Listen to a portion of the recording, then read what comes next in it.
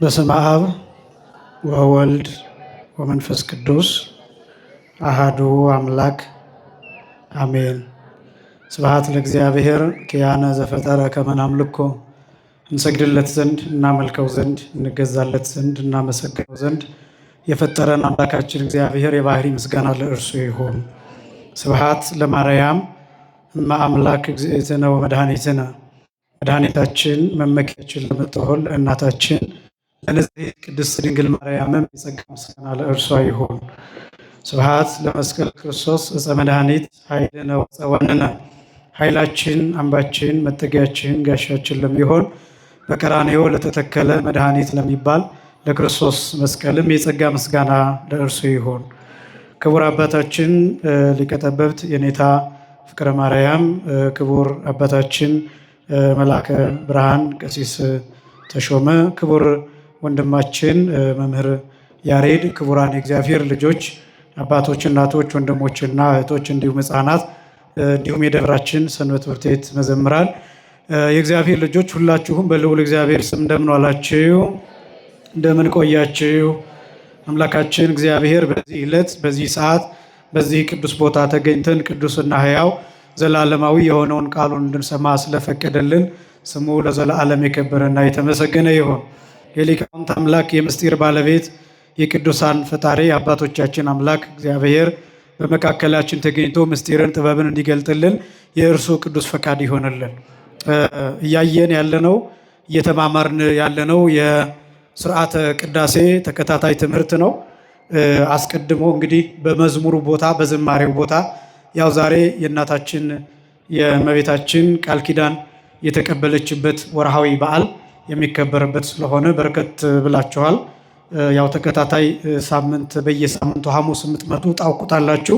አዲስ ለመጣችሁ ግን ሁልጊዜ የምናደርገው ሐሙስ ሐሙስ የስርዓተ ቅዳሴ ተከታታይ ትምህርት እየተማረን ዘማሪ መጋበዙን ትተን በዝማሬው ቦታ የቅዳሴ ተሰጥኦ ዜማ ጥናት ለ15 እና 20 ደቂቃ እያደረግን እንገኛለን።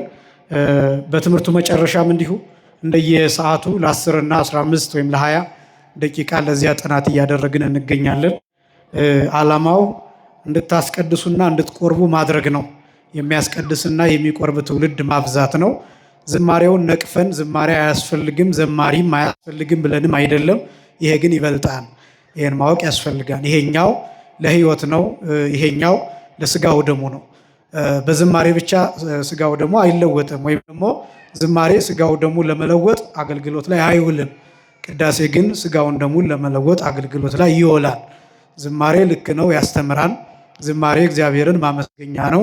ዝማሬ ሰውነትን አይምሮን ይለያል፣ ያነጻን፣ ይቀድሳል፣ ወደ እግዚአብሔር ያቀርባል። ዝማሬ መልእክት አለው፣ ትምህርት አለው፣ ወንጌል አለው። 81 ቅዱሳት መጽሐፍት ይሰበኩበታል። ጸሎት አለው፣ ልመና አለው፣ ምህላ አለው፣ ተመስጦ አለው፣ ጽሞና አለው። ዝማሬ በጣም ብዙ ነገር አለው። ዝማሬን ዝቅ አድርገን አይደለም። ግን ዋናው ግን የቤተ ክርስቲያኒቱ ምስጢራት ከሚፈጸምባቸው አገልግሎቶች ዋናው የቅዳሴ ክፍል ነው። የምን ክፍል ነው አልኳችሁ? የቅዳሴ ክፍል ነው። በጣም ብዙ መዝሙር ልትዘምሩ ትችላላችሁ። በዘመራችሁት መዝሙር ግን ብቻ ልትድኑ አትችሉም። የምትድኑት ወደ ቤተ መቅደሱ መጥታችሁ አስቀድሳችሁ ስጋውን ደሙን ስትቀበሉ ብቻ ነው። ምስጢራትን መፈጸም ያስፈልጋል። ክርስቲያን ሁልጊዜም ሊድን የሚችለው በሶስት ነገሮች ብቻ ነው። በስንት ነገሮች? በሶስት ነገሮች። አንደኛ በጥምቀት፣ ሁለተኛ በንስሐ፣ ሶስተኛ በስጋው ደሙ። በእነዚህ በሶስት ነገሮች ብቻ ነው። ከነዚህ ከሶስት ነገሮች ውጭ በሆነ ጉዳይ ብቻውን መዳን አይቻልም። ሌሎቹ አያስፈልጉም አይደለም። ሁልጊዜ ይህን እንድታስተውሉ ያስፈልጋል። በጥምቀት ማለት በ40 ቀን በ80 ቀን በተለያየ ምክንያት ከዛ በላይ በሆነ ዕድሜ በምንጠመቀው ጥምቀት መዳን ይፈጸማል። በምስጢረ ሜሮን በማዩ በቅዱሱ ውሃ አማካኝነት። ሁለተኛ በንስሐ አማካኝነት ለኃጢአታችን ከካህኑ ቀኖና ተቀብለን ያ ስርየተ ኃጢአት ይፈጸምልናል። ከዛ ወደ ስጋ ወደሙ ቀርበን የክርስቶስ አካል በመሆን መዳን ይሆንልናል፣ የዘላለም ሕይወት ይሰጠናልና ይሄ የሚፈጸምበት የመጨረሻው ምስጢር የሚፈጸምበት ቅዳሴ ስለሆነ ይህን እንድታውቁ ያስፈልጋል። ለዝማሬ የሰጣችሁትን ያህል ቦታ ለዚህ ለቅዳሴ ተሰጥኦም ቦታ ሰጥታችሁት እየገባችሁ እየተረዳችሁ ደስ እያላችሁ ዜማውን እያላችሁ እንድታስቀድሱ ማድረግ ነው ዓላማው። ይህንን ማብራሪያ የሰጠሁት አዲስ የመጣችሁ ሰዎች እንዳላችሁ በማሰብ ነው። በዚህ ምክንያት ጸሎተ ቅዳሴ በ8 አይነት የጸሎት ክፍሎች ይከፈላል ብለን 8 ነገሮችን አስቀምጠናል። ስሞቹን ማብራሪያ ሰጥቻለሁ፣ አልመለስም። ግን ምን ምን እንደሆኑ እነሱን ብቻ ተናግሬ ወደሚቀጥለው ክፍል ወደ ዛሬው ክፍል እመጣለሁ። አንደኛ ጸሎት ላዕለ ነዋያት ሐዲሳት ብለን አብራርተናል። ዩቲዩብ ላይ ማግኘት ትችላላችሁ። ነቃ ጥበብ ዩቲዩብ ላይ ጸሎት ላዕለ ነዋያት ቅዱሳት ላይ የሚደረግ ጸሎት ላዕለ ርእሱ ራሱ ላይ ካህኑ ላይ የሚጸለይ ጸሎት፣ ጸሎት ላዕለ ቀዳሲያ በቀዳሾቹ ላይ የሚጸለይ ጸሎት፣ ጸሎት ላዕለ መስዋዕት በመስዋዕቱ ወይም በህብስቱና በወይኑ እንዲሁም በዕጣኑ በጧፉ በእነዚህ ነገሮች የሚጸለይ ጸሎት፣ እንዲሁም ጸሎት ላዕለ ምእመናን ለምእመናን የሚደረግ ጸሎት ለሚያስቀድሱ ሰዎች የሚያስቀድሱ ብቻ ሳይሆን በተለያየ ምክንያት ማስቀደስ ላልቻሉ ክርስቲያኖች በያሉበት ጸሎት የሚደረግበት ስርዓት፣ እንዲሁም ደግሞ ጸሎት ላዕለ ሀገር በሀገሪቱ በኢትዮጵያ ላይ ወይም አንድ ሰው በሚቀድስበት ሀገር ለሚቀድስበት ሀገር የሚጸልየው ጸሎት፣ አሜሪካ ከሆነ ቅዳሴው የሚቀደሰው ለአሜሪካ፣ አውሮፓ ውስጥ ከሆነ እዛ ሀገር ላለበት ሀገር ይጸለያል። ያው ኢትዮጵያ የሚለው አይቀርም። ለዚህ ሁለቱ ሀገራት ተጠርተው ይጸለያል። ሌላው ጸሎት ላዕለ ዓለም አጠቃላይ 8 የጸሎት አይነቶች አሉ ብለን እነዚህን ተመልክተናል። ከዛ በኋላ ቄሱ ራሱ ላይ የሚጸልየውን ጸሎት በዝርዝር ከዳዊቶቹ ወደ 6 የሚደርሱ የመዝሙር ክፍሎችን እነሱን አሳይቻለሁ። ከዛ የቀዳሴያኑ ጸሎት በህብረት የሚቀድሱት በእለቱ የሚቀድሱት ቀዳሴያን በእለቱ የሚጸልዩትን ጸሎት እሱን በዝርዝር ተመልክተናል። ከዛ ጸሎት ላዕለ ኩሉ ንዋየ ቤተክርስቲያን ብለን የመቀደሻ ንዋያት ላይ አጠቃላይ የሚጸለይ ጸሎት ብለን እነዚህን በስፋት አንስተናል። በማህፈዶች ላይ ወይም በትንንሽ ጨርቆች ላይ የስጋው ደግሞ መሸፈኛ ሆነው በሚያገለግሉ ጨርቆች ላይ ማህፈዳት ላይ ወይም ማህፈድ ላይ የሚጸለይ ጸሎት፣ ለጻሕሉ የሚጸለው ጸሎት፣ ለጽዋው የሚጸለይ ጸሎት፣ ለዕርፈ መስቀሉ ደም ለምንቀበልበት የሚጸለይ ጸሎት፣ ለመሶበ ወርቁ የሚጸለይ ጸሎት፣ ለዕጣኑ ሙዳይ የሚጸለይ ጸሎት፣ ለሻኩራው፣ ለጽንሃው፣ ለዕጣን ማጠኛው የሚጸለይ ጸሎትና መንበሩን ያስተካከለ የሚጸለየው ጸሎት መንበሩን አስተካክሎ ከጨረሰ በኋላ ካህኑ መጋረጃው እንደተዘጋ የሚጸለይ ጸሎት፣ እነዚህን ተመልክተናል። ከዛ ደግሞ ቀኖና ቀዳሴያን ብለን የቀዳሾችና የአስቀዳሾች ቀኖና ህግ፣ ስርዓት፣ ደንብ፣ መመሪያ፣ ህግ ብለን እነዚህን በስፋት ተመልክተናል። አሁን ልከልስ አልችልም። እሱ ዩቲዩብ ላይ ተቀምጧል። እዚያ ላይ ማየት ትችላላችሁ። ነቃ ጥበብ ዩቲዩብ ላይ። ሳምንት በተወሰነ መልኩ ያየነው ጉዞ ወደ ቤተልሔም የሚለው ነው። ወደ ቤተልሔም የሚሄዱ 4 አገልጋዮች 4 ካህናት አሉ። 4 ካህናት። በነገራችን ላይ ካህናት ብሎ መጥራት አጠቃላይ ካህን ማለት የአገልጋይ ስም ነው። ካህን የሚባለው ቄስ ብቻ አይደለም። ያው እኛ በተለምዶ ካህን የሚለውን ለቄስ ብቻ ስለምንጠቀምበት እንደ ልምድ ስለሆነ ለዚያ ነው እንጂ ቀሳውስቱ ቀሲስ በሚል ማዕረግ ይሰየማሉ። ዲያቆናቱ ደግሞ ከዚህ በፊት እንደገለጥኩት ዲያቆን፣ ንፍቅ ዲያቆን፣ አናጉንስጢት ወይም አንባቢ ወይም መዘምር በእነዚህ ክፍሎች ነው የሚጠሩት እንጂ ካህናት የሚለው አጠቃላይ 12 ማዕረጋትን የሚሸፍን ነው። 12 ማዕረጋት አሉ። ስንት ማዕረጋት አልኳችሁ? 12 ማዕረጋት አሉ። እነዚህ 12 ማዕረጋት የሚባሉት በሩን የቤተ መቅደሱን በር ከፍቶ ከሚገባው ከቁልፈኛው ጨምሮ እስከ ፓትርያርኩ ድረስ ያሉ አጠቃላይ 12 ስዩማን ተብለው የሚጠሩ አሉ። 12 ስዩማን የሚባሉ 10 ወክሌቱ ስዩማን የሚባሉ 12 ሹሞች ማለት ነው። እና የቤተ መቅደሱን በር ከፍቶ ቁልፈኛው እሱ ራሱ ማዕረግ ነው፣ ግን የመጨረሻው ማዕረግ ነው። አጻዌ ሆህት ተብሎ ይጠራል። ደጅ የሚከፍት ወይም በር የሚከፍትና በር የሚዘጋ ተብሎ ይጠራል። ይሄ ራሱ ደረጃ የክህነት ደረጃ ነው። እና ካህናት ተብሎ የሚጠሩት ለምሳሌ ፓትርያርኩ ካህን ተብሎ ሊጠሩ ይችላሉ። ሊቀ ጳጳሱ ካህን ተብሎ ሊጠራ ይችላል። ኤጲስቆጶስ ካህን ሊባል ይችላል። አስተዳዳሪው ካህን፣ ቄሱ ካህን፣ ዲያቆኑ ካህን ተብሎ ሊጠራ። ካህን ማለት አገልጋይ ማለት ነው። ካህን ማለት ምን ማለት ነው? አገልጋይ ማለት ትርጉሙ፣ ቀጥታ ትርጉሙ እንደሱ ነው። ተክህነ አገለገለ። ለምሳሌ ክብረ ክህነት የሚባለው የክህነት ክብር ተብሎ የሚጠራው አገልግሎትን ክብር አጠቃላይ የሚመለከት ነው። ከበረኛው ከቁልፈኛው ጀምሮ ጥበቃውን አይደለም የምላችሁ፣ የቤተ መቅደሱን በር በቁልፍ ከፍቶ የሚገባ ማለት ነው። በነገራችን ላይ ጥበቃ ሆነው ካህናት የሆኑ ወይም ደግሞ ካህናት ሆነው በጥበቃ የሚያገለግሉም ይኖራሉ። እንደ ማዕረግ ግን እያንዳንዱ ነው ቤተ መቅደሱን በር ከፍቶ ከሚገባው ጀምሮ እስከ ፓትርያርኩ ድረስ ያሉት ካህናት ተብለው ይጠራሉ። እና ምናልባት በዚህ ግራ እንዳትጋቡ 4 ካህናት ስላልኩኝ ነው ይህንን የገለጥኩት። 4 ካህናት ሲባል 1 ቄስና 3 ዲያቆናት ወደ ቤተልሔም ይሄዳሉ። ወዴት ይሄዳሉ? ወደ ቤተልሔም ይሄዳሉ። ይሄ እንግዲህ ወደ ቤተልሔም የሚሄዱት የውስጥ ዝግጅቶች አጠቃላይ ከተጠናቀቁ በኋላ ነው። ትጥቅ ከተማላ በኋላ ልብሰ ተክህኖ ከተለበሰ በኋላ አሁን ዲያቆኑ የሚለብሰው ልብስ ልብሰ ተክህኖ ይባላል። ምን ይባላል አልኳችሁ? ካህኑ የሚለብሰው ወይም ቄሱ የሚለብሰው ልብስ ምን ይባላል? ልብሰ ተክህኖ ይባላል። ምን ማለት ነው? የአገልግሎት ልብስ ማለት ነው። ስለዚህ ከዚህ ራሱ መረዳት ትችላላችሁ። የዲያቆናቱም የቀሳውስቱም ልብስ ልብሰ ተክህኖ ተብሎ ይጠራልና ስለዚህ ክህነት ማለት አገልግሎት ማለት ነው ቀጥታ ሲተረጎምና በማዕረግ ውስጥ የሚያገለግሉ አገልጋዮችን አጠቃላይ የሚመለከት ነው። ልብሰ ተክህኗቸው ከለበሱ በኋላ ጸሎት ከተደረገ በኋላ ሁሉ ነገር ውስጥ ያለው ስርዓት ቀሳውስቱ ዲያቆናቱ በሚያውቁት ከተሟላ በኋላ መጋረጃው እንደተዘጋ መንበሩ እንደተስተካከለ ውስጥ ያሉት ንዋያት ተጸለዩባቸው ስፍራቸውን እንደያዙ የካህናቱ ጥንቃቄ የዲያቆናቱ የቀሳውስቱ ጥንቃቄ አጠቃላይ እንደተሟላ እርግጠኛ ከተሆነ በኋላ አራቱ ልዑካን ወደ ቤተልሔም እንዲሄዱ ይደረጋል። ስለዚህ የውስጡ ዝግጅት አልቋን ማለት ነው። እነዚህ አራቱ ልዑካን አንደኛ ዝም ብለው ነው የሚሄዱት ብያቸዋለሁ። ሳምንት የነበራችሁ ሰዎች ምን ብለው ነው የሚሄዱት? ዝም ብለው ምንም አይነት ምስጋና የለም። አሁን መምህር ሲነግሩ እንደነበረው ምነበሃ የሚለውን ድምፅ የምንሰማው ወይም መስቀል አብርሃ የሚለውን ድምፅ የምንሰማው ወይም ኩሉ ዘገብራ የሚለውን ድምፅ የምንሰማው ሲመለሱ ነው። ከቤተልሔም ሲመለሱ ነው። ወይም ደግሞ ሚመጠን ግርምት ዛቲ ዕለት ወዕፅብት ዛቲ ሰዓት የሚለውን ድምፅ የምንሰማው ልክ ከቤተልሔሙ ሲመለሱ ነው። ሲሄዱ ምንም አይነት ድምፅ ሳይሰማ አንደኛ ቃጭል ይዘው ጽዋ ይዘው ጥላ ይዘው ጽንሃ ይዘው መሶበ ወርቅ ይዘው ልብሰ ተክህኗቸው ለብሰው ወደ ቤተልሔሙ ይሄዳሉ።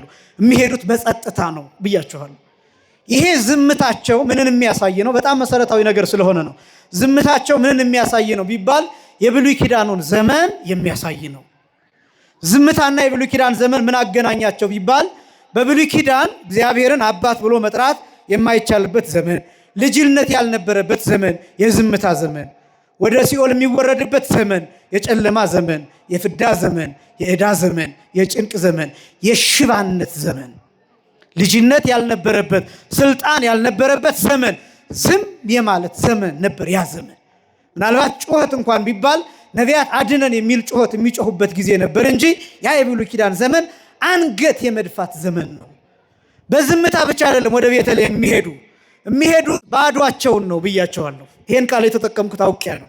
ባዷቸውን ነው። ምናቸውን ነው የሚሄዱት? አንደኛ ምን ብለው ነው የሚሄዱት አልኳችሁ?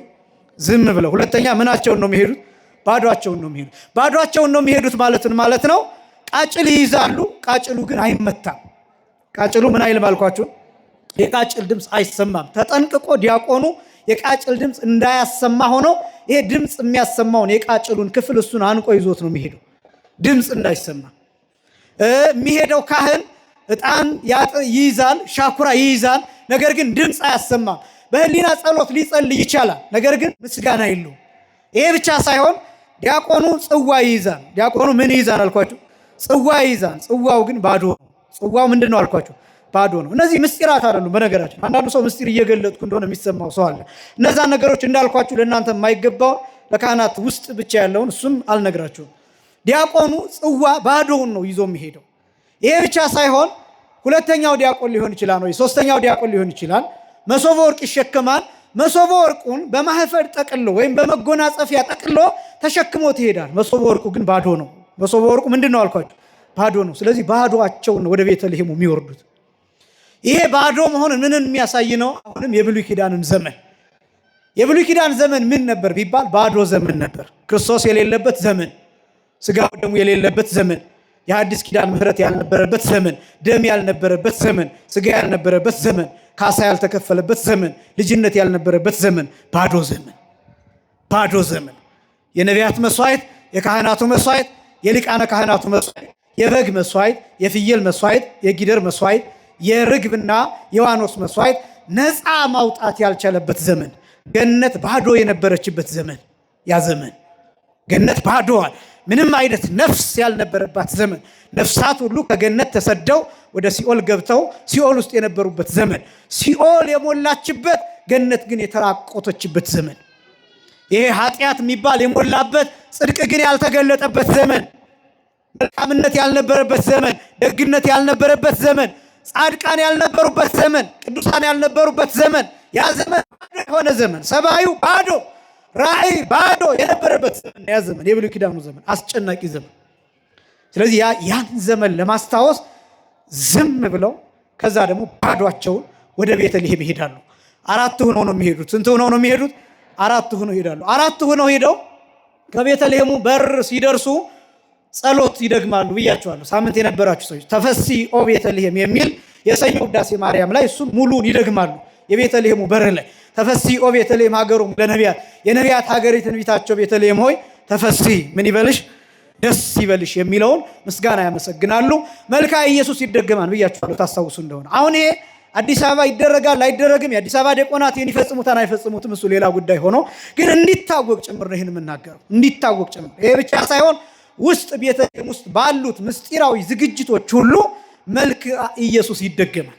ምን ይደገማል አልኳችሁ? መልክአ ኢየሱስ ማለት የኢየሱስ ምን ማለት ነው? መልክ ማለት ነው። ከስሙ ጀምሮ ሰላም ለዝክረ ስምከ ከሚለው ጀምሮ ከራስ እስከ እግር ጥፍሩ ድረስ አካል ክፍሉ እየተነሳ የሚመሰግንበት የምስጋና ክፍል ነው። በጣም አስደናቂ ነው። ይህን አባቶቻችን በብዙ መልኩ ይናገራሉ። እንዲያውም መልክአ ኢየሱስ የተገለጠላቸው አባቶቻችን ተረከዙ ላይ ተጽፎ የተገኘ ነው ይላሉ። መልክአ ኢየሱስ የጌታ ኮቴ ላይ የተገኘ ነው የሚሉት። የተገለጠላቸው ለአባቶቻችን ኮቴው ላይ ሰላም ለሰኮና ከንተ ያስተጋብ ሁሉ የሚል ቃል አለ። ሁሉን ሰብስቦ የያዘ ተረከዝህን ሰላም እላለሁ። ኮቴው ላይ የተገኘውን መልክ ይህች ቤተክርስቲያን ተርትራ ተንትና ታመሰግንበታለች። ክብርና ምስጋና ለአምላካችን ይሁን። በእውነት ይህች ቤተክርስቲያን ልዩ ናት። ታዲያ ለምንድን ነው እዚያ ላይ የኢየሱስ መልክ የሚደገመው? ለምንድን ነው ይባል? ቤተልሔም ውስጥ የሚደረጉት ምስጢራዊ ዝግጅቶች በሙሉ የጌታን ስጋና ደም ከማግኘት ጋር የተያያዙ ጉዳዮች ናቸው። ከዚህ በላይ ምንም ማለት አልችልም። ቤተልሔም ውስጥ የሚደረጉ ዝግጅቶች በሙሉ የጌታን ደም፣ ነፍስ የተለየውን ደም፣ መለኮት የተዋሃደውን ደም፣ ነፍስ የተለየውን መለኮት የተዋሃደውን ስጋ የማግኘት ጉዳይ ነው። ዝግጅቶቹ እነዛ ናቸው። በዚህ ምክንያት የጌታ መልክ እዚያ ላይ እንዲሳል እንፈልጋለን። መልኩን ከስሙ ጀምረን ከራስ ጠጉሩ እስከ እግር ጥፍሩ ድረስ፣ ከዚያ ደግሞ ለትንሳኤው፣ ከዚያ ለመቃብሩ፣ ከዚያ ለእርገቱ፣ ከዚያ ዳግም ለመምጣቱ፣ ለነዚህ ሁሉ ሰላም ሰላም ሰላም ብለን ምስጋና እናቀርብበታለን። በጣም አስደናቂ ነው። እነዚህ ዝግጅቶች ውስጥ ይሄ ይደገማል። መልክአ ኢየሱስ ይደገማል። እያንዳንዱ እዛ ውስጥ የምንጠቀማቸው ቃሎቶች በእነዚህ መሰረትነት ነው ብዬ አስቀምጫለሁ።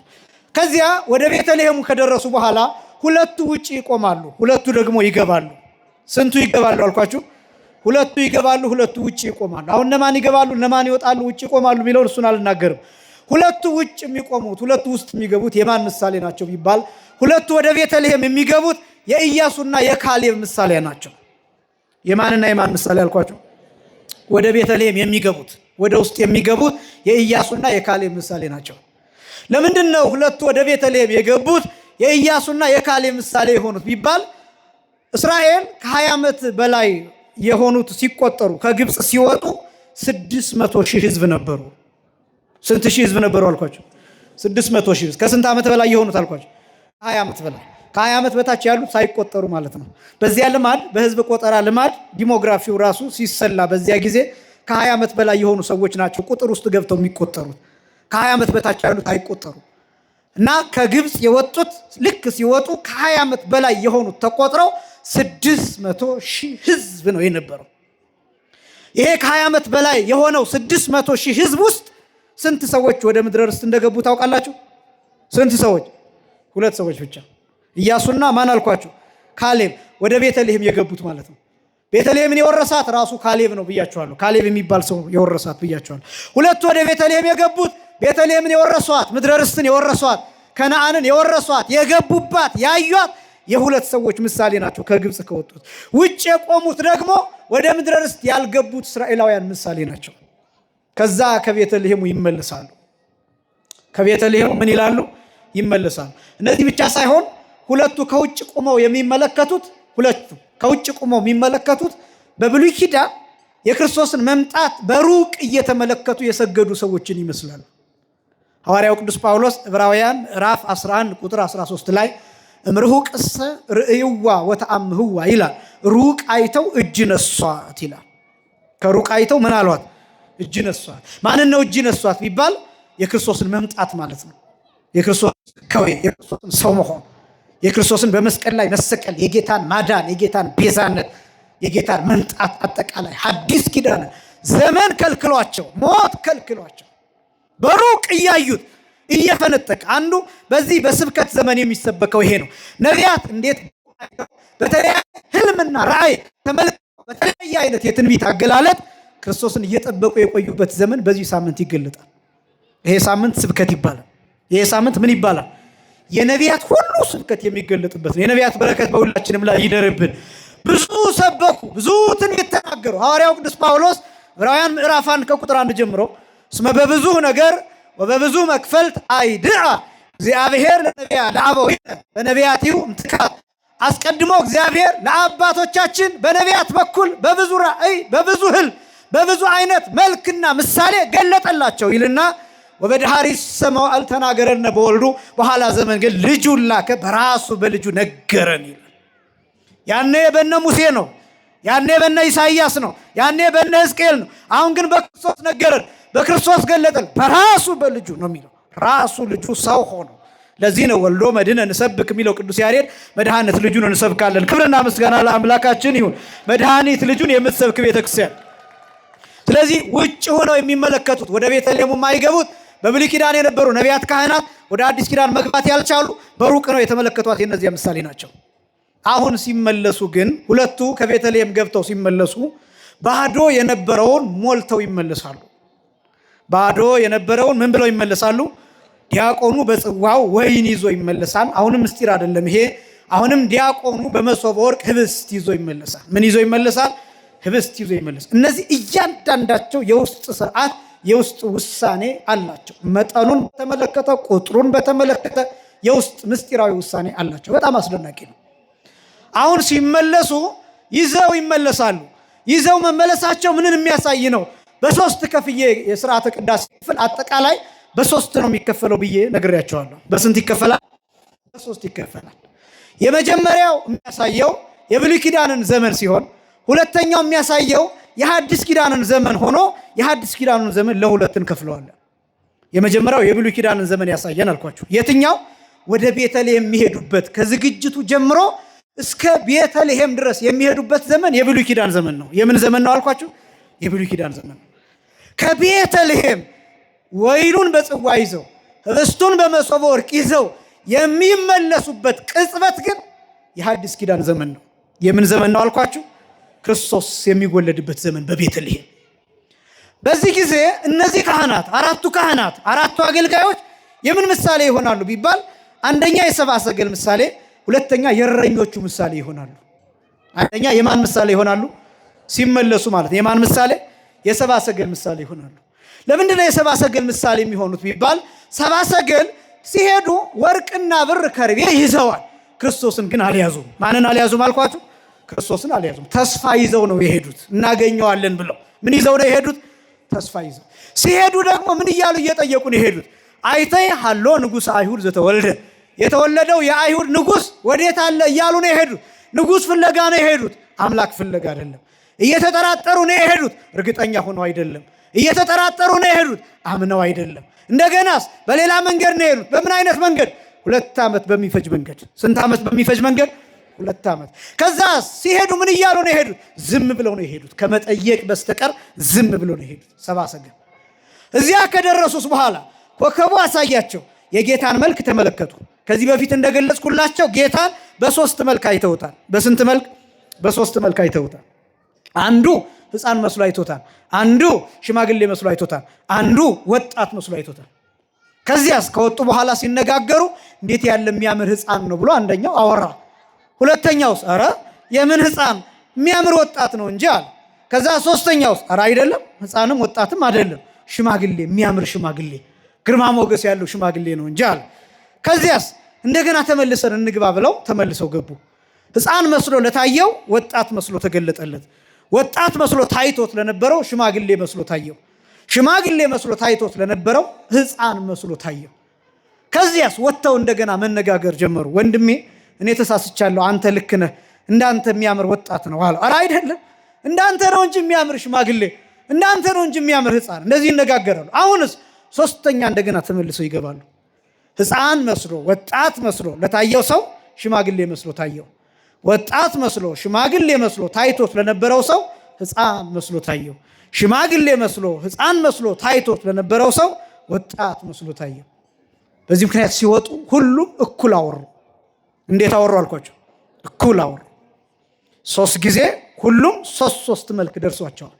እንደ ሕፃንም አይተውታል፣ እንደ ወጣትም አይተውታል፣ እንደ ሽማግሌም አይተውታል። 3ቱም ተመልክተውታል። ከዚያስ ምን አሉ? አይቴ ሃሎ ንጉሥ አይሁድ ዘተወልደ፣ የተወለደው የአይሁድ ንጉሥ ወዴት አለ ሳይሆን አምላክ የሚለውን ቃል መጠቀም ጀመሩ። ምን የሚለውን ቃል አልኳችሁ? አምላክ የሚለውን ቃል። ከዛስ ይሄ ብቻ አይደለም፣ አምላክ የሚለውን ቃል መጠቀማቸው ብቻ ሳይሆን የት ነው የተወለደው የሚለውን ቃል ቀይረው ምን አሉ? ረከብናሁ አሉ፣ አገኘነው አሉ። አያችሁ። ከዚያስ በሌላ ጎዳና ተመለሱ። ሲሄዱ ስንት ዓመት ነው የፈጀባቸው? 2 ዓመት። አሁን ሲመለሱ ግን ስንት ቀን ፈጀባቸው? 40 ቀን ፈጀባቸው። በሌላ መንገድ ተመለሱ፣ በሌላ ኃይለ ቃል ተመለሱ፣ በሌላ ሃይማኖት ተመለሱ። እነዚህስ አራቱ ካህናት 4ቱ ልዑካን ወደ ቤተልሔም ሲሄዱ ዝም ብሎ ሄዱ፣ ባዷቸውን ሄዱ። ሲመለሱስ እያመሰገኑ መጡ። እንደገና ደግሞ ጽዋውንና መሶቡን ሞልተው እያመሰገኑ ተመለሱ። ክብርና ምስጋና ለአምላካችን። የሰብአ ሰገል ምሳሌ ክርስቶስን አገኘነው እያሉ ተመለሱ። ንጉሱን ይዘው ተመለሱ። ጌታን ይዘው ተመለሱ። እየተረኩት ከቤተልሔም ጀምሮ እየተረኩት ክርስቶስ የተወለደበት ቦታ ቤተልሔም እያሉ የጌታን መወለድ የሐዲስ ኪዳኑን ታሪክ ያን አዲሱን ማይቀየረው ማይለወጠው ታሪክ ሁሌ አዲስ የሚሆነው ታሪክ አስገራሚው ታሪክ ሁልጊዜ በብርሃን የሚጥለቀለቀውን ታሪክ እሱን በመሶበ ወርቅና በጽዋ ውስጥ በግምጃ በመጎናጸፊያ ሰውረው ቃጭሉን እየመቱ ድምፅ እያሰሙ እያመሰገኑ ዕጣኑን እያጠኑ በሻኩራው እያጀቡ ክርስቶስን ይዘውት ወደ መቅደሱ ይገባሉ። አሁንም ክብርና ምስጋና በእውነት ለአምላካችን ይሁን። በጣም አስደናቂ ነው። ሰብአ ሰገልን ይመስላሉ በዚህ ጊዜ ሲመለሱ። ይሄ አዲስ ኪዳኑ ነው። ከዛ ሁለተኛ ደግሞ እረኞቹን ይመስላሉ። ምኖቹን ይመስላሉ አልኳቸው? እረኞቹን ይመስላሉ። ለእረኞቹ የመጀመሪያው ደስታ በነገራችን ላይ የተገለጠው በዓለም ላይ ለእረኞች ነው። ለምኖች ነው አልኳቸው? ለእረኞች ነው። ክርስቶስም ራሱን ከገለጠበት አገላለጥ አንዱ እኔ እረኛ ነኝ፣ እውነተኛ እረኛ ነኝ፣ ቸር እረኛ ነኝ እያለ የተናገረበት ክፍል ነው የዮሐንስ ወንጌል ምዕራፍ 10 ላይ እና ለእረኞች ነው ያ ደስታ የተገለጠው። ለምን መሰላችሁ? ለእረኞች ያ ደስታ የተገለጠበት ምክንያት የልደት ደስታ የጌታ መወለድ ደስታ የተገለጠበት ምክንያት እረኞች ትጉዎች ናቸው። እረኞች ምኖች ናቸው አልኩ? ትጉዎች ናቸው። ሌሊት አይተኙም፣ አያንቀላፉም። ከአራዊት ጋር እየታከሉ ከብቶቻቸውን ይጠብቃሉ፣ መንጋዎቻቸውን ይጠብቃሉ። ኃላፊነት የሚሰማቸው ናቸው። ስለዚህ ለእረኞቹ ይሄ ደስታ የተገለጠው። ከዛስ መልአኩ ለዓለም ሁሉ ለሕዝቡ ሁሉ የሚሆን የምስራች ነግራችኋለሁ ብሎ ከነገራቸውና መላእክት ከነሱ ከሄዱ በኋላ እረኞቹ ምን እንዳሉ ታውቃላችሁ? ኑ እስከ ቤተልሔም እንሂድ አሉ። ኑ እስከ የት ድረስ እንሂድ? እስከ ቤተልሔም እንሂድ። እረኞቹ እስከ ቤተልሔም እንደሄዱት 4ቱ ልዑካን 4ቱ አገልጋዮች ከቤተ መቅደሱ ወጥተው ወዴት ይሄዳሉ አልኳችሁ? ወደ ቤተልሔም ይሄዳሉ።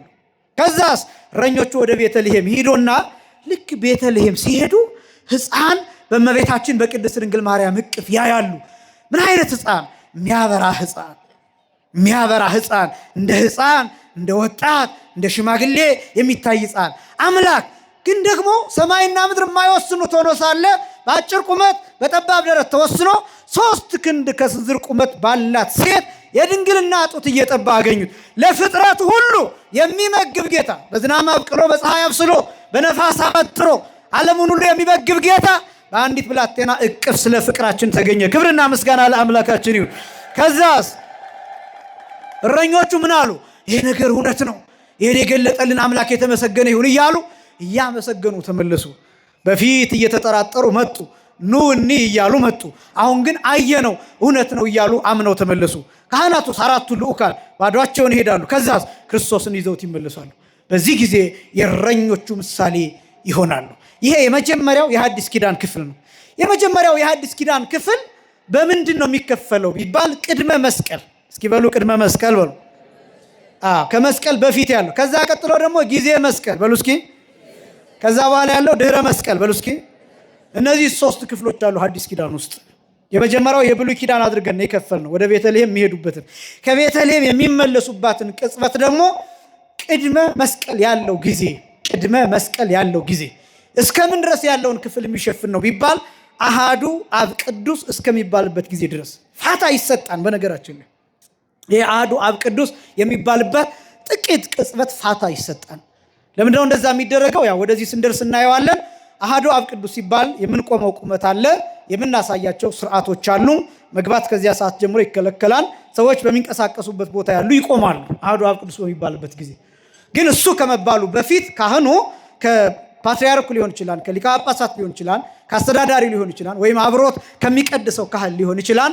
ቡራኬ ከተለዋወጡ በኋላ ይፍቱኝ ይባርኩኝ ብሎ አሃዱ አብ ቅዱስ ከማለቱ በፊት ጥቂት ፋታዎች ይሰጣል። እስከዚች ሰዓት ድረስ ያለችው ጊዜ ቅድመ መስቀል ተብሎ ይጠራል። ቅድመ መስቀል ማለት ከምን በፊት ማለት ነው? ከመስቀል በፊት ያለው ጊዜ።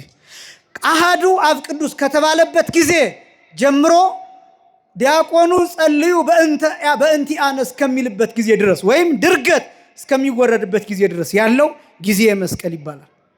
በመስቀል ጊዜ ያለውን ሰዓት የሚያሳይ ነው።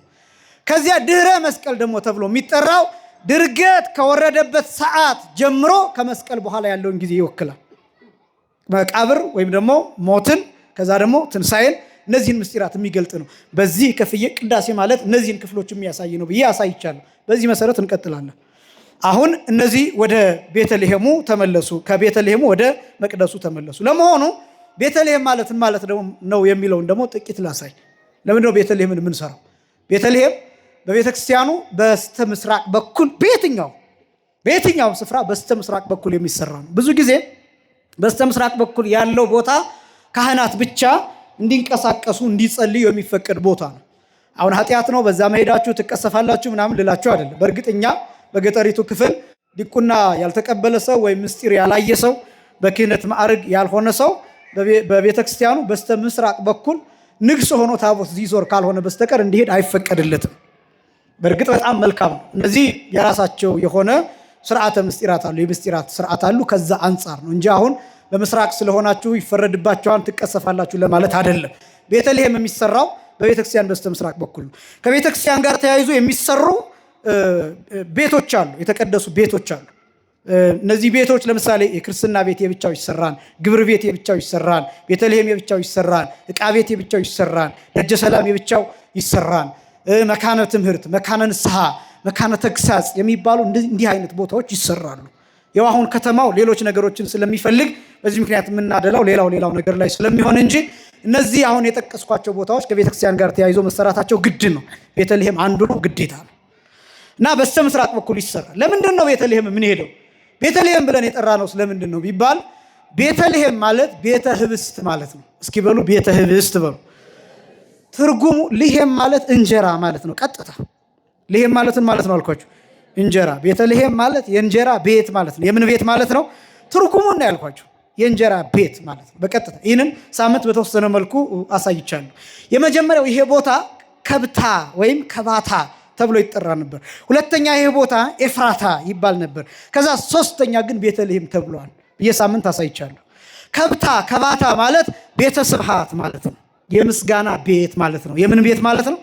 በጣም አስደናቂ ነው። የምስጋና ቤት የሚለው ምንን የሚያሳይ ነው ቢባል በኋላ ዘመን መላእክት ከእረኞች ጋር አንድ ሆነው የሚያመሰግኑበት ቦታ እንደሆነ የሚያሳይ ነው። በጣም ከባድ የሆነ ምስጢር የተፈጸመው አስቀድሞ ቤተልሔም ላይ ነው። በጣም ከባድ የሆነ መላእክት ራሳቸው ለመጀመሪያ ጊዜ አዲስ ምስጋና ያመሰገኑት ቤተልሔም ላይ ነው። ምን አይነት ምስጋና አልኳቸው? አዲስ ምስጋና ያመሰገኑበት። አዲስ ምስጋና ማለት ነው መላእክት አሁን ሁልጊዜ የሚያመሰግኑት ቅዱስ ቅዱስ የሚል ምስጋና ነው። ትንቢተ ኢሳይያስ ምዕራፍ 6 ከቁጥር 1 ጀምሮ እንደተጻፈው መላእክት አሸናፊ እግዚአብሔር ቅዱስ ቅዱስ ቅዱስ የሚል በጣም በብዙ ጎርፍ ድምፅ ያለው ምስጋና ያመሰግናሉ። እና የልደት ዕለት ግን ምስጋናው ተቀይሯል። እና ያ ምስጋና የተቀየረበት ምክንያት ምንድን ነው መሰላችሁ? መላእክት ከፍ ብለው ሲመለከቱ ሐሰስዎ ውስተ አርያም ይላል፣ ወበህየ ረከብዎ ምስለ አብሁ ወመንፈስ ቅዱስ ከመ ትካት ይላል ቅዱስ ያሬድ። በአርያም ፈለጉት ይላል። ከፍ ብለው ሲያዩ እንደ ቀድሞው እንደሚያውቁት በሚረዱት ምስጢር አእምሯቸው በነበረው በተገለጠላቸው ምስጢር ከባህሪ አባቱ ከአብ ጋር ከባህሪ ሕይወቱ ከመንፈስ ቅዱስ ጋር በዙፋኑ አለ። በየት አለ? በዙፋኑ አለ። ከዛስ እንደገና ዝቅ ብለው ደግሞ ሲመለከቱ በእናቱ እቅፍ አለ፣ በእመቤታችን እቅፍ አለ። ግራ ገባቸው። ከዚያስ ምንድነው ያደረጉት? ቀና ብለው ወደ ሰማይ ስብሐት ለእግዚአብሔር በሰማያት፣ በሰማይ ላለው ለእግዚአብሔር ምን ይገባል? ምስጋና ይገባል። ከዛስ እንደገና ዝቅ አሉና ወሰላም በምድር ስምረቱ ለሰብ፣ ሰውንም የወደደው ራሱ እግዚአብሔር ስለሆነ ለሱ ምስጋና ይገባል ብለው ወደ ላይም ወደ ታችም አመሰገኑ። ክብርና ምስጋና ለአምላካችን ይሁን። የመላእክት ምስጋናቸው ለሰማይም ለምድርም የሆነበት በጣም አስደናቂ የሆነ መላእክት ራሳቸው እጅግ በጣም የተገረሙ። ይሄ ብቻ ማለት ነው። ቅድም እንዳልኳችሁ ከአንዲት ከ3 ዓመት እስከ 13 ክንድ ከስንዝር ቁመት ብላቴና ከ15 ዓመት ብላቴና ከዚች ብላቴና የድንግልና ጡት እየጠባ አዩት። ዓለምን ሙሉ የሚመግብ ጌታ እና ወደ ሰማይም ወደ ምድርም ብለው ያመሰገኑበት ክንፋቸውን ዘርግተው የተንቀጠቀጡበት ቀን። በዚህ ምክንያት ቤተልሔም የምስጋና ቤት ይባላል። የምን ቤት ይባላል? የምስጋና ቤት። ሁለተኛ ቤተልሔም አስቀድሞ ከብታ ከባታ ከሚለው አስቀድሞ ኤፍራታ ትባላለች። ምን ትባላለች? ኤፍራታ ትባል ነበር። ኤፍራታ ማለት ጸዋሪተ ፍሬ ማለት ነው። ጸዋሪተ ፍሬ ማለት ፍሬን የምትሸከም ማለት ነው። ምንን የምትሸከም? ፍሬን የምትሸከም። እመቤታችንን ስታመሰግናት ቅድስት ኤልሳቤጥ ምንድነው ያለቻት? የማህፀንሽ ፍሬ ምን ያለ ነው? የተባረከ ነው። የምንሽ ፍሬ? የማህፀንሽ ፍሬ። አያችኋት? የእመቤታችን የማህፀን ፍሬ የሆነው ክርስቶስ የተወለደባት ቤተልሔም ኤፍራታ ተብላ አስቀድማ ትጠራ ነበር። ፍሬን የምትሸከም፣ ፍሬ ክርስቶስን የተሸከመች ማለት ነው። ፍሬ ክርስቶስ የተወለደባት ያ ፍሬ ምን ይሆናል? መስቀል ላይ ይቃጠላል፣ መስቀል ላይ ይጋገራል፣ መስቀል ላይ ይቦካል፣ መስቀል ላይ ይቀዳል፣ መስቀል ላይ ይበስላል፣ መስቀል ላይ ይቆረሳል፣ መስቀል ላይ ይበላል፣ መስቀል ላይ ይጠጣል፣ መስቀል ላይ መድኃኒት ይሆናል ፍሬ ክርስቶስ። ለዚህ ነው የማህፀንሽ ፍሬ የተባረከ ነው የሚለው ቃል። በዘርህ ይባረካሉ የሚሉት ቃላት እነዚህን የሚገልጡ ናቸው። ፍሬ ክርስቶስ ኤፍራታ የሚለው። ከዛ ሶስተኛ ቤተልሔም ተብሏል። ልሔም የሚባለው የሰው ስም ነው። በመጨረሻ ልሔም የሚባለው ሰው ፍርድ ያወቀ ነገር የጠነቀቀ ሰው ስለነበረ ሰዎች ወደ ልሔም ቤት ሄደን ፍርድ ሰምተን በልተን ጠጥተን እንምጣ ብለው ይሰበሰቡባት ስለነበረ በዚህ ምክንያት ቤተልሔም ትባላለች። ይሄ ልሔም ፍርድ ያወቀ ነገር የጠነቀቀ የሚያበላ የሚያጠጣ ደግ ሰው ነበር። ምን አይነት ሰው ነበር አልኳችሁ? ደግ ሰው ነበር። በዚህ ምክንያት ቤተልሔም ተባለች። ምን ተባለች? ቤተልሔም። ይሄ ነው የሚገርማችሁ። ይቺ ቤተልሔም ፍርድ ያወቀ ምን ያወቀ አልኳችሁ? ፈራጅ ክርስቶስ፣ ዳኛ ክርስቶስ፣ በሚዛን የሚፈርድ ክርስቶስ፣ የማያዳላ ክርስቶስ፣ ለሁሉ ፈራጅ የሆነ ለድሆች የሚፈርድላቸው፣ ለተገፉ የሚበቀልላቸው፣ የተማረኩትን ነፃ የሚያወጣቸው፣ ቁስለኞቹን የሚጠግናቸው፣ ለተሰበሩት ጥግናትን የሚሰጣቸው፣ ላዘኑት ደስታን የሚነግራቸው፣ ለድሆች የምስራችን የሚሰብክላቸው ክርስቶስ ፍርድ ያወቀ ነገር የጠነቀቀ የሚያበላ የሚያጠጣ ማለት ራሱን ምግብ ራሱን መጠጥ አድርጎ የሚሰጥ ጌታ በቤተልሔም ተወለደ። ክብርና ምስጋና ለስም አጠራሩ ይሁን። ቤተልሔም የልሔም ቦታ የእንጀራ ቦታ ማለት ይሄ ነው። ልሔም ክርስቶስ ተወለደባት፣ እንጀራ ክርስቶስ ተወለደባት። በዚህ ምክንያት የፈለገ ቢሆን ቤተ ክርስቲያን ስንሰራ በምስራቅ በኩል ምን አንረሳም? ቤተልሔምን አንረሳም። ቤተልሔምን አንረሳም። ያቺ ምግብ ያገኘንባት፣ ያቺ መጠጥ ያገኘንባት፣ ያቺ ጉድለታችን የሞላባት፣ ያቺ የጠገብንባት፣ ያቺ የረካንባት፣ ያቺ ከመላእክት ጋር ለመጀመሪያ ጊዜ ምስጋና ያመሰገንባት፣ ያቺ ምስጢር ያየንባት፣ ያቺ ብርሃን የጎረፈባት፣ ያቺ መላእክት የሚያስገርመውን ምስጋና ያፈሰሱባት፣ ያቺ የሰማይ ኮከብ የሰገደባት፣ ያቺ ሰብአ ሰገል የሚገርም ስጦታ የሰጡበት፣ የባህሪ ስግደት ለአምላካቸው ለጌታ ያቀረቡበት፣ የጸጋ ስግደት ለእናቱ ለእመቤታችን ያቀረቡበት ቦታ ያ ቦታ ያችን ቦታ በምስራቅ አንረሳትም። በዚህ ምክንያት ቤተልሔምን በምስራቅ በቤተክርስቲያን በምስራቅ በኩል እናደርጋለን። ቤተልሔም ማለት የእንጀራ ቤት የልሔም የክርስቶስ ቤት ማለት ነው። ስለዚህ ቤተልሔምን የምንሰራው በዚህ ምክንያት ነው። ቤተልሔም ምንድን ናት ካለን አንደኛ የምግብ መገኛ ናት። የምን መገኛ ናት? የምግብ መገኛ፣ የምግብ ክርስቶስ መገኛ። ሁለተኛ ቤተልሔም የንጹህ ውሃ ምንጭ ናት። የንጹህ ውሃ ምንድን ናት አልኳችሁ? ምንጭ ናት። ሁለተኛ ሳሙኤል ምዕራፍ 23 ቁጥር 15 ላይ የሚገርም ታሪክ ታገኛላችሁ። ዳዊት ከፍልስጤማውያን ጋር በተዋጋ ጊዜ ታመመና ዳዊትን ቀሳ አወጡት። ገለል አድርገው የሆነ ቦታ አስቀመጡትና ዳዊት በጣም ሲታመም ከቤተልሔም ምንጭ ውሃ ማን ባመጣልኝ ብሎ ተመኘ ይላል። ሁለተኛ ሳሙኤል ምዕራፍ 23 ቁጥር 15 ላይ ከቤተልሔም ምንጭ ውሃ ማን ባመጣልኝ ብሎ ተመኘ ይላል። የኛ ሊቃውንት ይህን ሲገልጡ አንደኛ ሲታመሙ የሀገር ውሃ ይናፍቃል ይላሉ። ሁለተኛ ግን ይቺ የቤተልሔም ውሃ ሕይወትነት ያላት ውሃ ነበረችና ምንነት ያላት ውሃ ሕይወትነት ያላት ውሃ ነበረች። ይህች የቤተልሔም ምንጭ ነው የሚለው ምንጭ ነው። ድፍርስ ውሃ አይደለም፣ የኩሬ ውሃ አይደለም፣ የሐይቅ ውሃ አይደለም፣ የባህር የውቅያኖስ ውሃ አይደለም፣ ምንጭ ነው። ምንጭ የሚጠቅመው ለምንድን ነው ቢባል ምንጭ አይደፈርስም። ወርዶ ታች ሊሆን ይችላል፣ የሚመነጭበት ቦታ ግን አይደፈርስም። ምንጭ ንጹህ ነው። ምንጭ የመጨረሻው መገኛ ነው። ምንጭ መድረሻ ነው። ምንጭ ጥግ ነው። ምንጭ የመጨረሻው ስፍራ ነው። ስለዚህ የቤተልሔም ውሃ እንዲህ አይነት ሕይወትነት ያላት ንጹህ ነበረችና ዳዊት ያንን ተመኘ። ከዚያስ 3 አርበኞች ነበሩት፣ በጣም ታዋቂ የሚባሉ እነ አዲኖን፣ እነ ኢያቡስቴ፣ እነ ኤልያና የሚባሉ አርበኞች ነበሩና በጣም እንደዛ ሲላቸው ተቆጩና እንዴ ንጉሳችንማ ውሃ እያለ አይሞትም፣ እኛ ሄደን እንሞታታለን እንጂ ብለው ተነስተው ታጥቀው ይሄዳሉ። ታጥቀው በኢሎፍላውያን ከተማ አቋርጠው ሲሄዱ ፍልስጤማውያን ያዩዋቸውና እነዚህ እነማን ናቸው ብለው ሲጠይቁ እንዴ ለዚህማ የዳዊት አርበኞች ኃይለኞቹ አዲኖን፣ ኢያቡስቴ፣ ኤልያና የሚባሉ ጦረኞቹ ናቸው ሲባል ይፈሩና አይ ያው እግዚአብሔር ፈቃድ ስላለበት ነው። ይፈሩና አይ እነዚህ እንኳን ሳይገሉን አይሞቱም፣ ስለዚህ ዝም ብለን እናሳልፋቸው ብለው የመንገድ ይሰጧቸዋል። የጀግና መንገድ፣ የወንድ መንገድ ይባላል። በዚህ በአዲስ ኪዳኑ ደግሞ የማርያም መንገድ ይባላል እና የወንድ በር እንስጣቸው ብለው ሰጧቸው ይላል። የወንድ በር ይባላል። እንዲህ አይነት አንድ ጀግና በአንድ ጦርነት ውስጥ ምናልባት ከሌላኛው ጋራ ውይይት ለማድረግ የሚሰጠው ታጅቦ የሚሰጠው መንገድ አለ አይደለም። የወንድ በር እንስጣቸው ተብሎ ተሰጣቸው። ሂደው ከቤተልሔም ምንጭ ውሃ ቀድተው አምጥተው ለዳዊት ሰጡት እና በጣም የሚያሳዝነው ግን ዳዊት ይሄን ውሃ አልጠጣውም፣ አፈሰሰው በፊታቸው።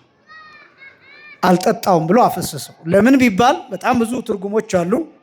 አንደኛው እናንተ ኢሎፍላውያንን አቋርጣችሁን ሄዳችሁት ሙታችሁ ነበር፣ ይሄ ውሃ የእናንተ ደም ነው አላቸው።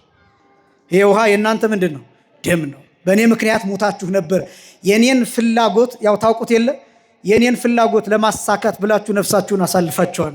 ዓለም ላይ የሚሞተው ሰው ሁሉ የሆኑ ሰዎችን ፍላጎት ለማሳካት ነው የሚሞተው። ሰው የሚገደለው ምናምን ደም የሚፈሰው እንደምታውቁት የሆኑ ሰዎችን የሆኑ ባለስልጣናትን የሆኑ መሪዎችን፣ የዓለም መንግስታትን፣ የዓለም መሪዎችን እነዚህ ለማስደሰት ሰዎች ከፊት ለፊት ይሆናሉ። እነዚህ ባለጸጋ የሚባሉ በጋርድ ታጅበው የሚሄዱ ሌላ ነገር እኮ አይደለም፣ የሰው መስዋዕት ለማቅረብ እኮ ነው። እውነታው እሱ ነው። ለምን ቢባል መጀመሪያ የሚተኮሰው ጥይት ጋርዱ ላይ እንዲያርፍ ነው፣ ከዛ ሰውየው ወደኋላ እንዲሮጥ ነው። ሌላ ምንም ምስጢር የለው። ግን አስቀድሞ ሰውየው መስዋዕት ይደረጋል። ስለዚህ ስለነዛኞቹ የሚሞቱ አሉ እና ዳዊት ግን አያችሁ ባለስልጣን ነው፣ ንጉስ ነው። ዳዊት ምንድን ነው ግን ተረዳቸው።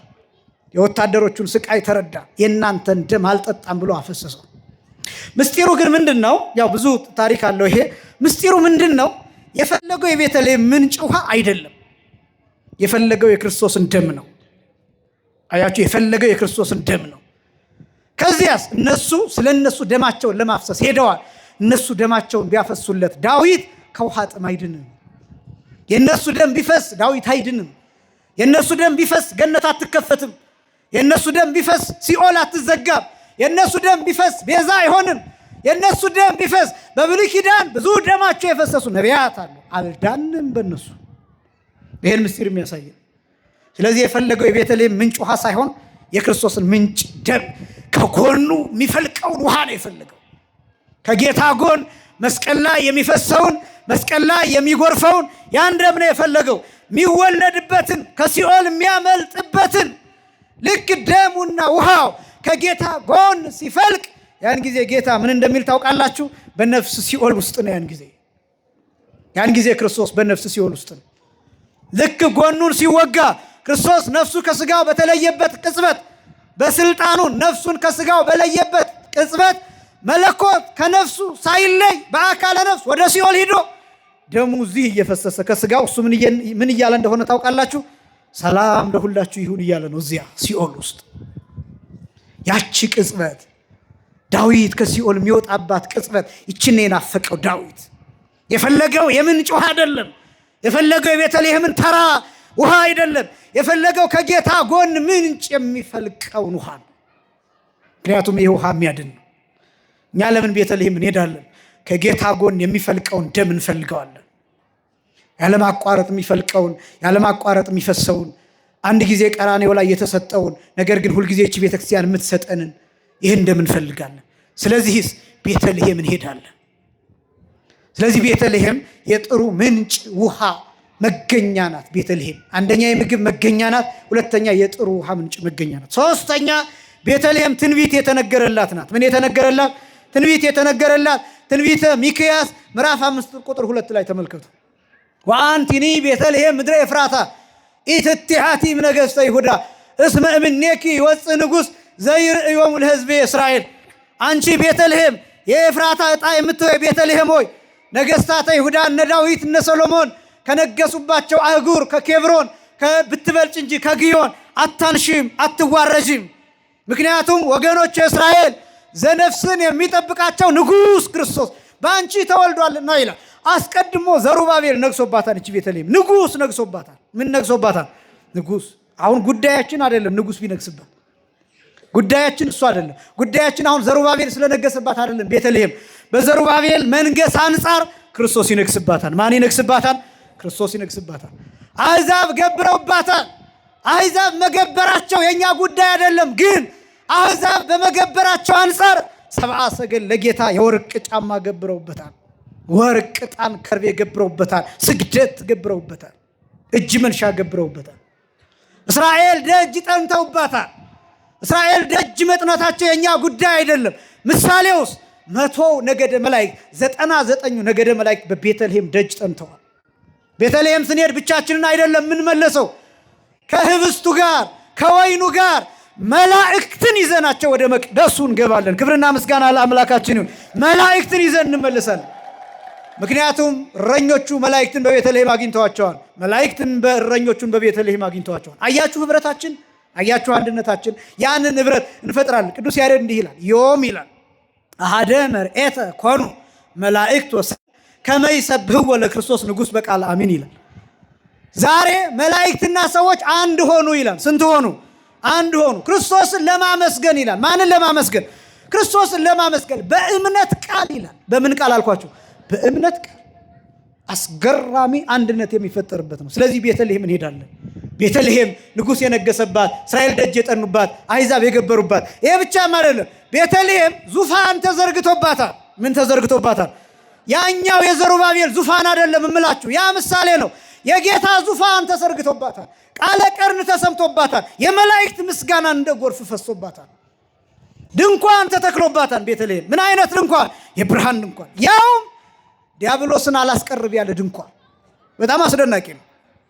ዲያብሎስ ጌታችን መድኃኒታችን ኢየሱስ ክርስቶስ ሊወለድ 24 ቀን ሲቀረው፣ ስንት ቀን ሲቀረው? 24 ቀን ሲቀረው አጋንንት ምልክቶች ነበሩ በዓለም ላይ። እነዛ ምልክቶች ምንድናቸው? አጋንንት በጣዖታት ለማደር ሲሄዱ አጋንንቱ ጣዖታቱ ድቅቅ ይሉ ነበር። ማደር ያቅታቸው ነበር በጣዖታቱና በዚህ ምክንያት ሄደው አጋንንት ለአለቃቸው ለዲያብሎስ ነገሩት ይላል። በጣዖቶቻችን ማደር አልቻልንም አሉት ይላል።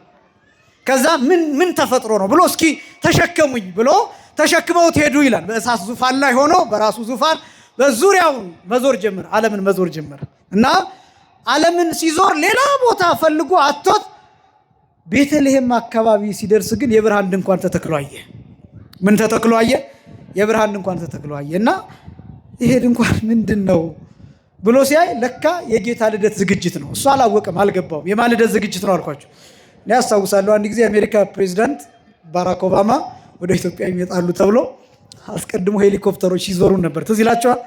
ውሾች ምናምን ተልከው የሚያነፈንፉ ውሾች፣ ኤርፖርቱን ሁሉ የሚሰልሉ ወታደሮች ቀድመው ገብተው ምናምን እስከ ኤምባሲው ድረስ ያለው መንገድ በሙሉ ምናምን ሲተራመስ ነበር። እና እንግዲህ ተመልከቱ፣ አንድ ፕሬዚዳንት ከዛ እዚህ ሊመጣ ይህን ያህል ዝግጅት ከተደረገ ጌታ ሊወለድ ደግሞ የሚደረጉ ዝግጅቶች አሉ በእኛ በሚገባን ቋንቋ።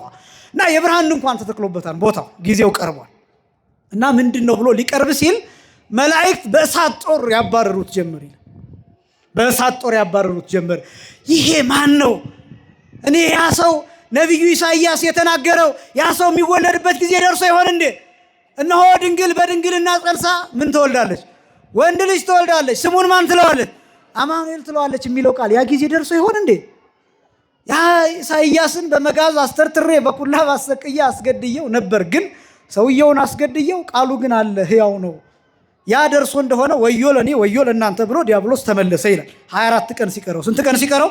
የብርሃን ድንኳን ተተክሏል። ጌታ የሚወለድባት ቤተልሔም በብርሃን ተከባ ታይታለች። ስለዚህ ቤተልሔም የብርሃን ድንኳን መገኛ ናት። የብርሃን መገኛ ናት። በዚህ ምክንያት ወደ ቤተልሔም እንሄዳለን። ቤተልሔም ይሄ ብቻም አይደለም፣ ዘፈን ጨዋታ የተደረገባት ናት። ዘፈን ጨዋታ ለኛ ጉዳያችን አይደለም፣ ትምህርትና ተአምራት ተደርጎባታል። በዚህ ምክንያት ወደ ቤተልሔም እንሄዳለን። ወዴት እንሄዳለን? ወደ ቤተልሔም እንሄዳለን። ስለዚህ ብርሃን የተገለጠባት ናት ቤተልሔም። ቤተልሔም ማለት የእንጀራ ቤት ማለት ነው። የምን ቤት ማለት ነው? የእንጀራ ቤት። ከዛ ከቤተልሔሙ ሲመለሱ ይሄን ብቻ ልናገርና ቀጣዩን በሌላ ጊዜ እንመለከታለን። ከዚያ ሲመለሱ ካህኑ ሚመጠን ግርምት ዛቲ ዕለት የሚለውን ጮክ ብሎ ይናገራል። የቃጭሉ ድምፅ ይሰማል። ከዛስ የደወሉ ድምፅ ይሰማል። ይሄ የደወሉ ድምፅ ቀጥታ የቅዳሴው ስርዓት እንደተጀመረ፣ የቅዳሴው ጸሎት፣ የቅዳሴው ምስጋና እንደተጀመረ የሚያበስር ደወል ነው። ምናልባት በር ላይ ያሉ ሰዎች እየሮጡ እንዲገቡ የሚያደርግም ጭምር ነው። የተኙ ሰዎች ካሉ እንዲነሱ የሚያደርግ ደወል ነው። ይሄ ደወል በጣም በብዙ መልክ ወደ 5 ጊዜ የሚደወልባቸው ስርዓቶች አሉ። እነሱን ለማብራራት ጊዜ አይበቃም። ይሄኛው ደወል ግን ሰዎች ለምሳሌ ከዚህ በፊት እንደገለጥኩላችሁ ማህሌት ያደሩ ሰዎች ቢኖሩ ምናልባት እንቅልፍ ወስዷቸው ሊሆን ይችላል፣ እንዲነሱ የሚቀሰቀሱበት ሰዓት ነው። በተለያየ አጋጣሚ ውጭ የነበሩ ሰዎች ካሉ እንዲገቡ፣ ውስጥ እየገቡ ቀስ እያሉ እየተጓዙ ያሉ ሰዎች አሁንም እንዲገቡ የሚደረግበት ነው። ውስጥ አረፍ ብለው ያሉ ሰዎች ካሉ በድካም ምክንያት፣ በስጋ ድካም ምክንያት እነሱ እንዲነሱ ማድረግ ነው። ይሄ ብቻ ሳይሆን ለቅዳሴው የሚያስፈልጉ አካላት አጠቃላይ በተጠንቀቅ እንዲቆሙ የሚደረግ ደወል ነው። ይሄ ማለት መሰላችሁ በእናንተ በሚገባችሁ ቋንቋ ሯጮች ወይም ኳስ ተጫዋቾች ጨዋታውን የሚጀምሩበት ፊሽካ ማለት ነው። ከዛ በኋላ ከኮንሰንትሬሽን ውጭ ሌላ ምርጫ የለም። ሯጩ ሽጉጡ ከተተኮሰ፣ ፊሽካው ከተነፋ በኋላ ጨዋታውን ከማሰብ፣ ሩጫውን ከማሰብ፣ ማሸነፍን ከማሰብ፣ መንገዱን ከማየት ውጭ፣ ድሉን ከማሰብ ውጭ ሌላ ምርጫ የለውም። ቅዳሴ ማለት እንደሱ። ስለዚህ ይሄ ደወል ማለት ቅዳሴው ተጀምሯል። የተኛህ ተነስ ንቃ፣ የተቀመጥክ ተነስ፣ ያልገባህ ግባ፣ ውስጥ ያለህ ተዘጋጅ፣ የለበስክ በቦታህ ቁም ጭምር ማለት ነው። ያን ጊዜ ካህኑ ሚመጠን ግርምት ዛቲ ዕለት ወእጽብት ዛቲ ሰዓት እንተባቲ ወርድ መንፈስ ቅዱስ የሚወርድባት ይህች ዕለት ምን ያህል የምታስጨንቅ ናት፣ ይህች ሰዓት ምን ያህል የምታስደነግጥ የምታስፈራ ናት ይላል። አሁን ይህ ሲባል መንፈስ ቅዱስ እኛ ሊቀስፍ አይደለም የሚመጣው፣ ግን ክብሩ ጌትነቱ ይሄ መቅደስ ስለማናየው እንጂ ይሄ ግቢ በመንፈስ ቅዱስ ረድኤት የሚሞላበት እንደ ብሉይ ኪዳኑ ቢሆን በጉም የሚሸፈንበት፣ በደመና የሚከበብበት፣ በደመና የሚከለልበት አስደናቂ ሰዓት። ከዚያስ ልክ የደብረ ታቦሩ ደመና ትዝ ይላችኋል።